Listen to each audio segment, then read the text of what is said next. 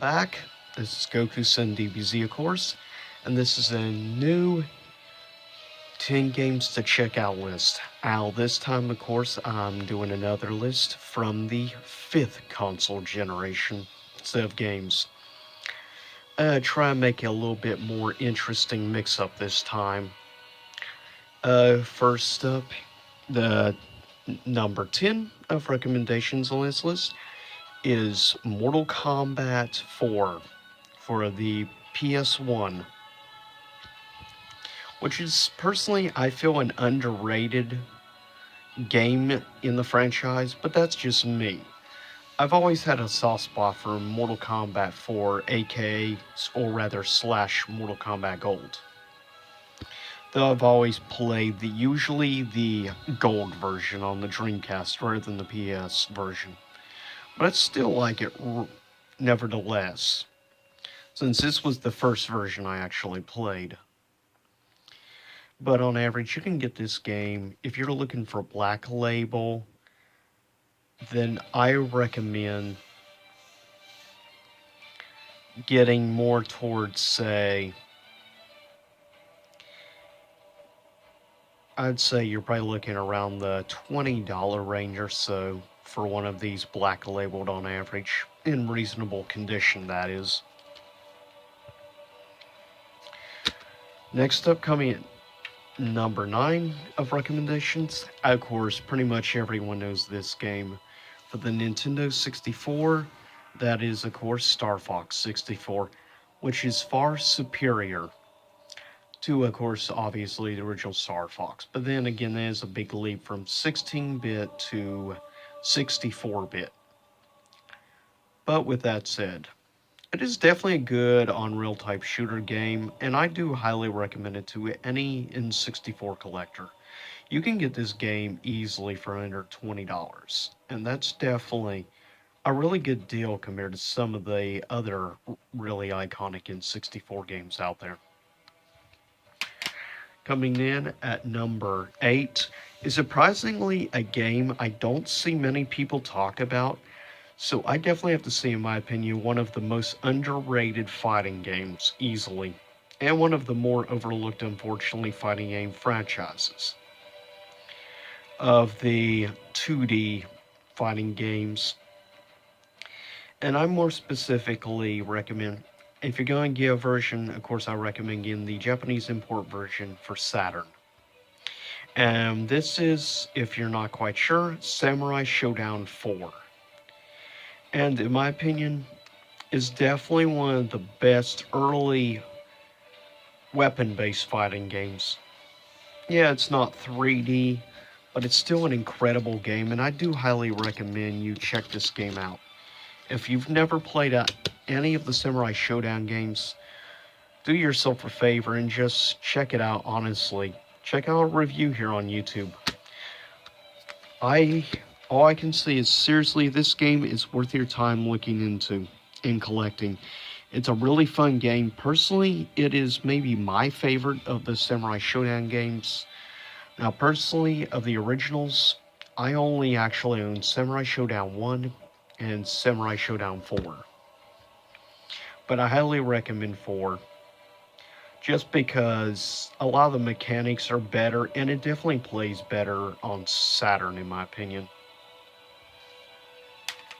Coming in at number 7 of recommendations, this game you can get dirt cheap. It's definitely a good game I recommend collectors, just if you want to see how wacky and out there some of the early PS1 games were.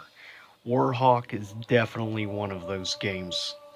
Believe it or not, to prove my point how cheap, I picked this up on eBay. I got this game for $1. If that tells you how cheap you can get this game on average, easily under $5 no matter what. It is definitely one of the cheapest games on PS1 to collect. And I definitely recommend it, honestly, if you're just looking for something interesting and unique.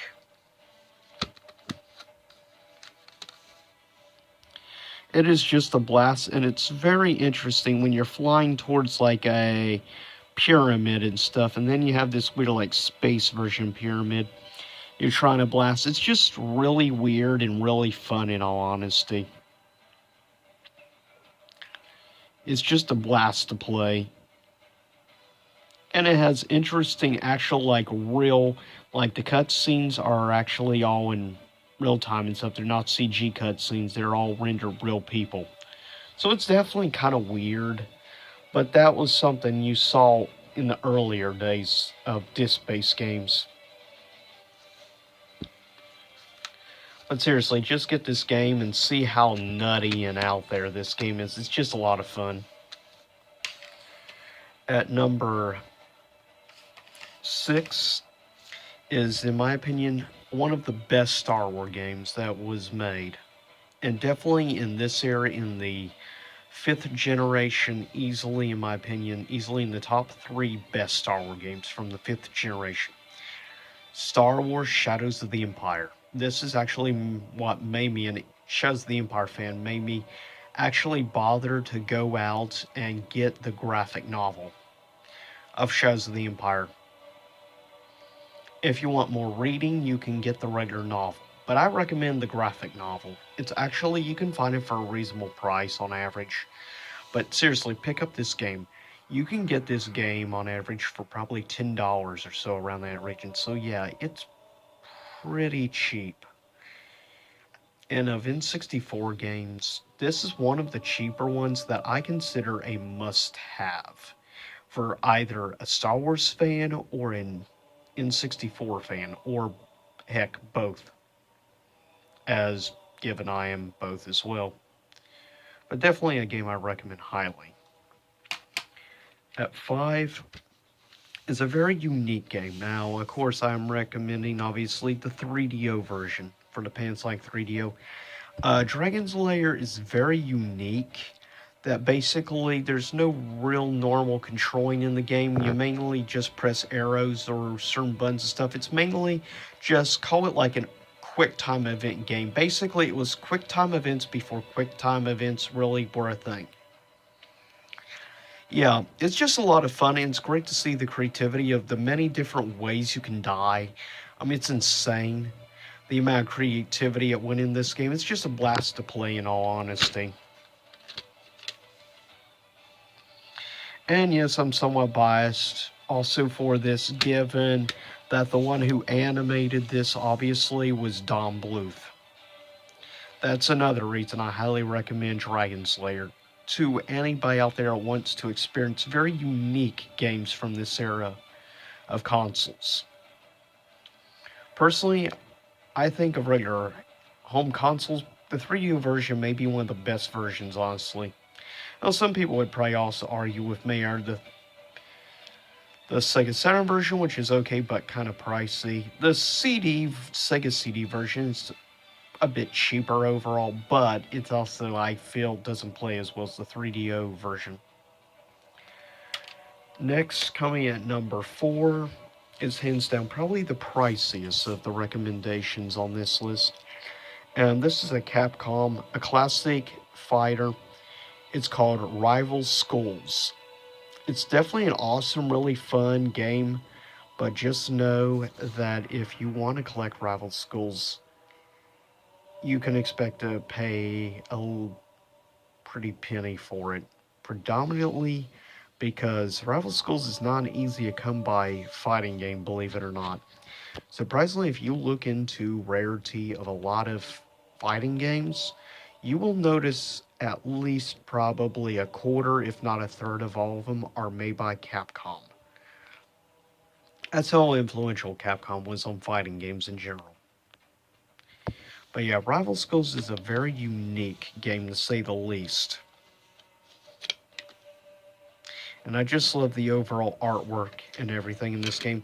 And yeah, you can play with Sakura in this game.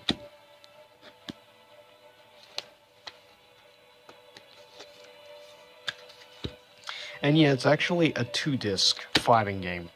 Kind of unique for this time period. And the combo system and everything is actually very unique, unlike many other Capcom type games at this time period.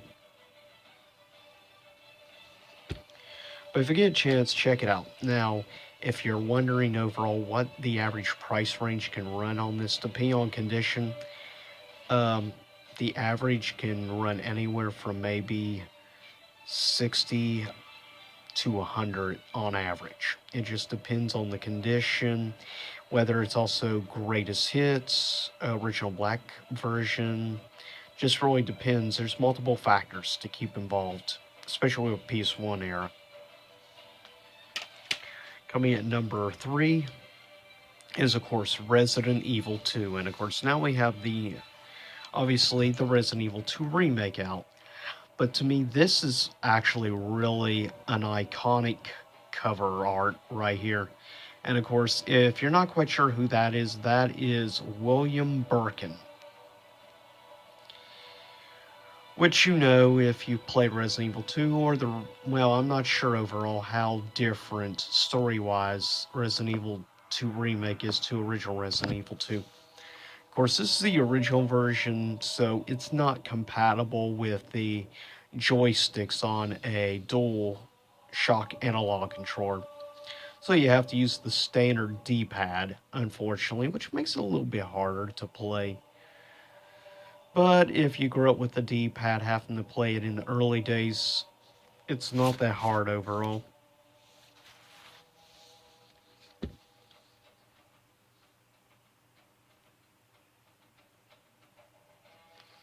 Coming in at number 2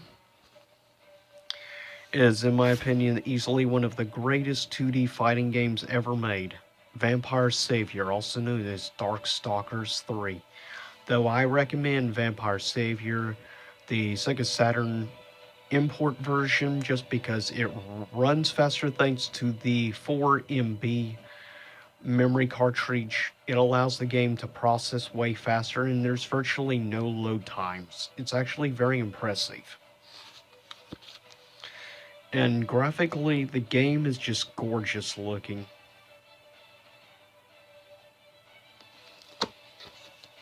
Easily one of the best fighting games to ever come out of Capcom. Coming at number 1, one of the greatest JRPGs of all time, and easily in probably the top 5 best JRPGs from the 5th generation. And of course, that is Lunar Silver Star Story, which is an incredible, really fun JRPG, and I dare say it and its sequel, actually, I would contend to put up there with the Final Fantasy series, in all honesty. It's just a lot of fun. And yeah, this is the complete version, which comes with like the audio CD and a lot of extra stuff with it. And of course, on the back here, is kind of similar to the kind of artwork you see on the second game casing, which is, of course, Lunar 2 Eternal Blue, which runs a little bit pricier, actually, than Silver Star Story. Now, you can actually get a remake of this, or rather a remaster, on the PSP. I don't recommend the remake like the mobile version, just because they have completely different voice actors and actresses, and I'm just more fond of the original version. So I recommend this version. Now, if you have a Sega CD, you can also pick this up on the Sega CD for not an outrageous sum. Actually, price-wise, it might be a little bit better than the PS1 version, that is, if you're wanting the complete version. If you're wanting just the regular game by itself, you can find that for probably $50 or less. Complete version, say probably about double that. But that's because of all the extra stuff you're getting.